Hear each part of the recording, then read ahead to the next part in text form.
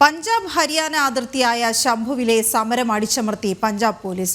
സമരക്കാർ കെട്ടിയ കുടിലുകൾ JCB ഉപയോഗിച്ച് പോലീസ് പൊളിച്ചു നീക്കിയതോടെ AP സർക്കാരിന്റെ ഇരട്ടത്താപ്പ് കൂടിയാണ് പുറത്തു വന്നത്. കേന്ദ്ര കൃഷിമന്ത്രിയുമായി ചർച്ച നടത്തി മടങ്ങിയ സമര നേതാക്കളെയും പോലീസ് അറസ്റ്റ് ചെയ്തിരുന്നു. നന്ദഗോപൻ ചേരുന്നു. നന്ദൻ, എന്തൊക്കെയാണ് വിവരങ്ങൾ? പഞ്ചാബിന്റെയും ഹരിയാനയുടെയും അതിർത്തിയായ ശംഭുവിൽ ഒരു വർഷത്തിലേറെയായി കർഷകർ കുടിൽ കെട്ടി സമരം ചെയ്തു വരികയായിരുന്നു. കേന്ദ്ര സർക്കാർ വിവിധ വിളകൾക്ക് താങ്ങുവില പ്രഖ്യാപിക്കണമെന്ന് ആവശ്യപ്പെട്ടുകൊണ്ടായിരുന്നു ഈ സമരം. ഇതിനിടയിൽ അപ്രതീക്ഷിതമായാണ് കഴിഞ്ഞ ദിവസം ഈ ശംഭു അതിർത്തിയിൽ കർഷകർ കെട്ടിയിരുന്ന കുടിലുകൾ പഞ്ചാബ് പോലീസ് എത്തി മണ്ണുമാന്ത്രി യന്ത്രം ഉപയോഗിച്ചുകൊണ്ട് മുഴുവൻ പൊളിച്ചു നീക്കിയത്. മാത്രമല്ല, കർഷകരോട് അതിക്രൂരമായ നടപടികളാണ് പഞ്ചാബ് പോലീസിന്റെ ഭാഗത്തു നിന്നും ഉണ്ടായത് എന്നുള്ള ആക്ഷേപങ്ങളും ഇതിനോടകം തന്നെ ഉയരുന്നുണ്ട്. അവിടെ നിന്ന് ഏതാണ്ട് ശംഭുവിൽ നിന്ന് മാത്രം ഏതാണ്ട് 300ഓളം കർഷകരെ പോലീസ് കസ്റ്റഡിയിലെടുത്തു.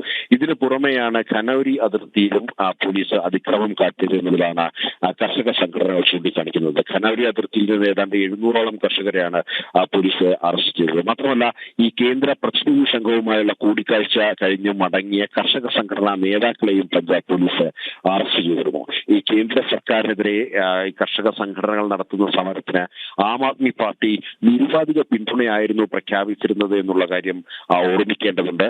എന്നാൽ അത് പൊള്ളയായിരുന്നു എന്നുള്ളതാണ് ഇപ്പോൾ ബോധ്യമാകുന്നത്. അത്തരം സംഭവങ്ങളാണ് ഇപ്പോൾ ഈ പഞ്ചാബ് ഹരിയാന അതിർത്തിയിൽ ഉണ്ടായിരിക്കുന്നത്. മാത്രമല്ല, അരവിന്ദ് കെജ്രിവാളും അതേപോലെ തന്നെ ഭഗവന്ത് മാനും പഞ്ചാബ് മുഖ്യമന്ത്രിയും അടക്കം ഈ സമരം ചെയ്ത കർഷക സംഘടനാ നേതാക്കളെ നേരിട്ട് കണ്ട് പിന്തുണ വാഗ്ദാനം ചെയ്തതാണ്.